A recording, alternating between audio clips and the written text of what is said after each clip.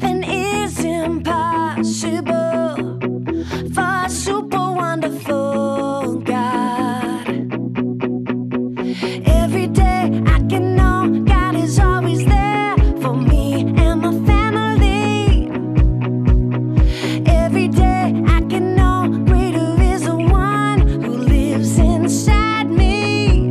Super big, super strong, super wonderful God. Super big, super strong, super wonderful God.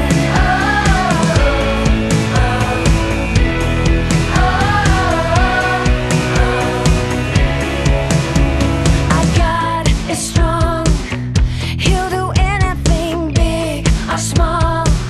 Nothing is impossible for a super wonderful God.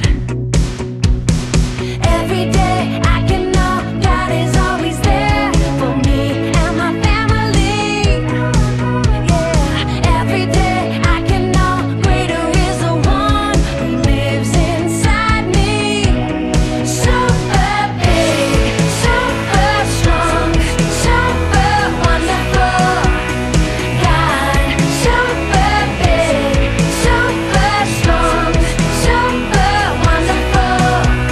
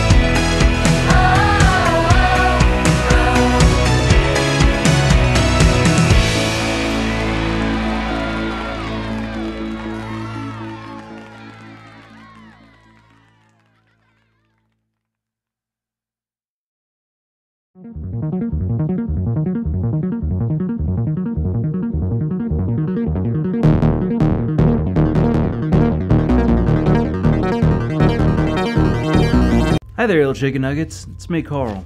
And it's me, Andy. Welcome to Grow TV. Welcome to Grow TV. Hosted by Carl. Where we have fun with our friends, talk about Jesus, and go over everything the Bible has to offer.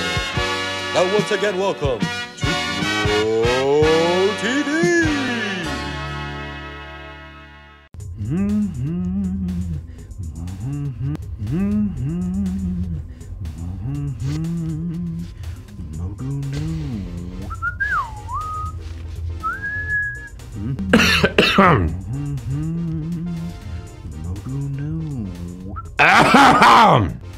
Oh, hey, how's it going? Good, you seem distracted. What are you working on? Oh, this? You probably wouldn't be interested. Okay. Fine, I'll tell you. It's my no mess up notes. Your what? No mess up notes. I put everything I mess up on this notepad. Then I do all I can to not mess up. And this week, I've done a pretty good job. Wow, that's cool. So can you tell me what's on the list? What aren't you supposed to do? Well, I mean, I guess, as long as you don't tell anyone. Promise. Alright, things I didn't mess up this week. Take a shower, wash my face, make my bed, make my dog's bed, sneeze with my eyes open, sneeze with my front door open, sneeze with my car door open, juggle a gerbil, gamble a goose, shuffle a shamu, tie my shoes, brush my teeth, wrestle a bear, fight a gorilla, tussle with a kangaroo, be on time to school, turn in my homework, do my wildebeest impression. Wildebeest? Yep. What's your wildebeest impression? Oh, well, they have a very unique sound and I do a really good impression of them. But I've been told that it gets pretty annoying. Oh, I don't think I've heard it. Oh, it's great. You'd love it. All right, then let's hear it. All right.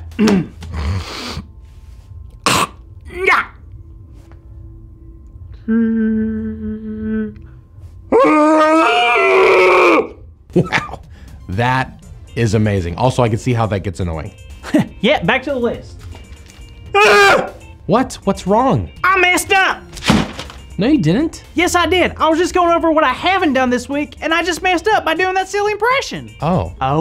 Oh, yeah, I just messed up my whole week, man. Carl, it's gonna be all right. I think you just need to take a breath, relax, and let's jump into today's story. Fine. Are we still talking about David? We sure are, and this is a story that really shows just how amazing God really is.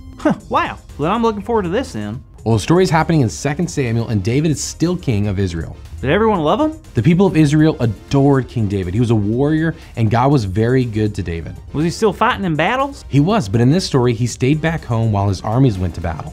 Why is that? I'm not sure if it was because he was getting older, or maybe this specific battle was a small one, or maybe they just didn't need him. But either way, David was at home on his roof. On his roof? What was he doing? Just going for a walk, but it was at this moment that he saw a woman named Bathsheba. That's a funny name. I guess, yeah.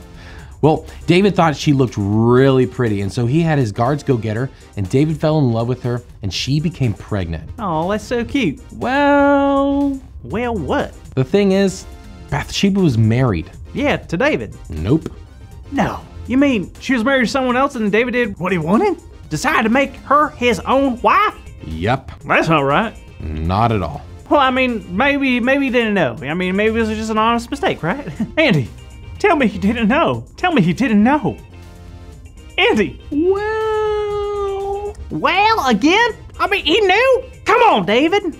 Yeah, and it gets worse. How could it possibly get worse? Bathsheba's husband, Uriah, was a soldier in David's army. Uh-huh. And David sent out an order to the general. Oh, I'm scared to ask. What was the order? He made sure Uriah was at the front of the group during the battle. Wait, wouldn't that be like the worst place to be? I mean, he would probably die. Unfortunately, that's what David wanted, and sadly, Uriah did die. That's awful. How could David do that? David had messed up, and he thought this was the best way to fix everything. Fix everything? He just made it worse. I thought I was messed up, but wow, David made a real big mess of things. I totally get why you'd say that. You know, we all mess up in different ways, but you know what's unusual? God still loves us. Not David though, right? Why would you say that? What David did was so wrong. It's like unforgivable. I mean, I know God loves everyone, but how could God still love David? It's impossible. Well, I have some news for you, Carl. God did still love David very much. I mean, yeah, David really did make some terrible mistakes, and he would have to deal with the consequences of those things later. But God never stopped loving David. So, God loves us no matter what we do? And there's nothing that we can do to change how much God loves us? That's right. Nothing can make God love us any more or any less. Wow, that definitely makes me feel better about messing up because I know God's love is unchangeable. Hey, Carl, that's our big idea. Today's big idea is God's love is unchangeable. So let's say it out loud on the count of 3. 1, 2, 3. God's love is unchangeable. unchangeable. Yeah. Unchangeable like my pants. I've never changed them.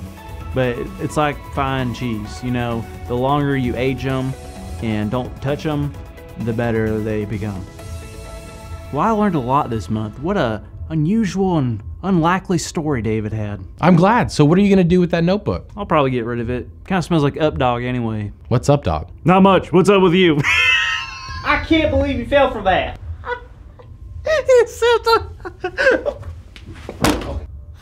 Look who fell now. All right, we'll see you next time, kids. Thank you for watching, and tune in next week for a new episode of Pro TV.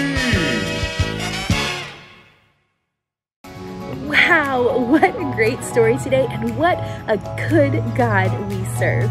Before we go, there's just one more thing that Peggy and I need to do. Everybody bring your forehead or your hand close to the screen for your blessing. Friends, you are a blessing.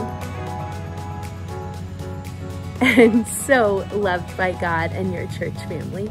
We hope that you have an amazing week.